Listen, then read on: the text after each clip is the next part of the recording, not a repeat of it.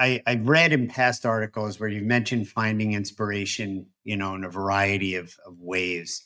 Talk about how you maintain the creativity in an industry which is so fast paced, so fast moving, change is constant, and the challenge is to find the ideas and then implement them.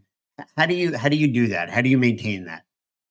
Yeah, no, great question. I think two kind of sources, and actually, I don't really get them more from the professional side. I get them more from the personal side. So, I'm an avid reader. I always read what I call 10 pages of a smart book every day before I can read anything else. So, like, those are like professional development, self development, kind of creativity. So, I think that that really helps kind of understand where communities are going or where what's kind of trending right now. Also, to kind of staying curious and open to inspiration just from like everyday experiences. I travel a lot. I love the art. I love a good wine and food pairing. And you kind of like dig a little bit deeper to that. And that's because a lot of those experiences, they're evoking emotion. They're evoking a surprise and delight. They're evoking, something special.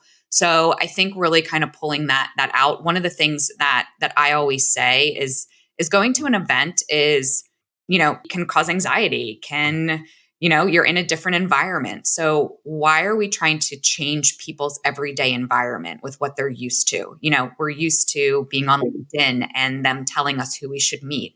We're used to shopping and they're telling us that here's what you should buy based on your purchases. We have to start bringing that into events so that people feel comfortable there and that they're not using their brain power on those things of those change. They're using their brain power on learning something new, meeting somebody new.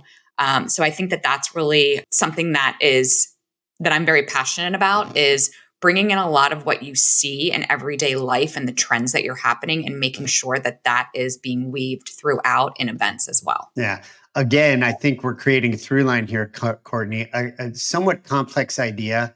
How do you sculpt away some of the swirl and noise that's low hanging fruit that can be managed like in some very quick, efficient, almost invisible way to then have Mhm. that space that was occupied by the gray matter focus on Yeah. what's important, whether it's connecting with people, going to a great session, or just being at the event in the city and getting inspiration from that. And it sounds simple, but there's a lot of thought and intention behind it. I love that.